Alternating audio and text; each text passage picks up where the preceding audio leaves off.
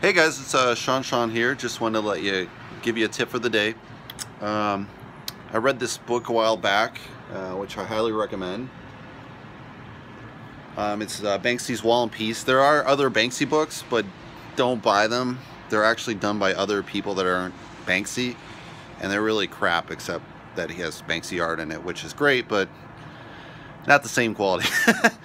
So the thing I really like about this is he's really funny. It starts as a story, kind of where you got to start, out in this, far out from London. I don't remember the town right now, but so he moves to London, which is a great key to success as an artist. Move to an art center, and he starts doing his graffiti. He realizes, kind of doing the wild style, traditional spray paint graffiti is really, he almost gets caught. So he's like, he realizes, no, that's not a good idea. So he goes to stencil. So that's where he gets his whole stencil idea.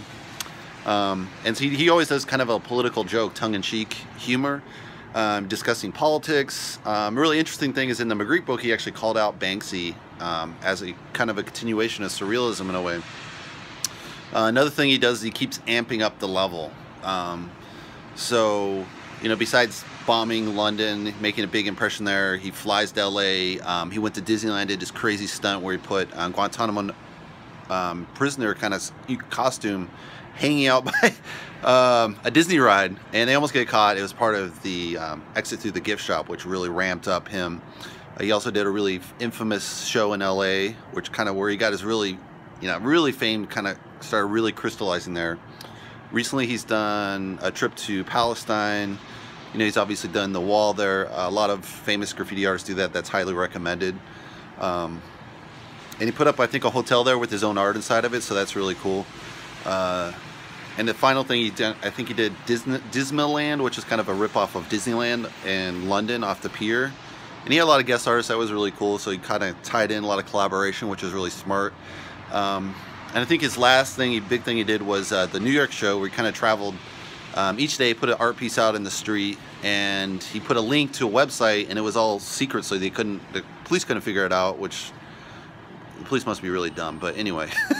So they haven't figured that out, so that's really good. And for the most part, he's generally kept his name secret. I think there is a face attached to the name now, but generally most people don't know it.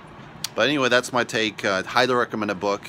Give you a really inside grasp of how to become a great street artist, graffiti artist, and you have to have that talent, and the ideas. So a lot of people just have they're really technical skills. They're great at realism or whatever it is, but there's no ideas behind it, so it's really boring in the end. So that's what you really want to combine.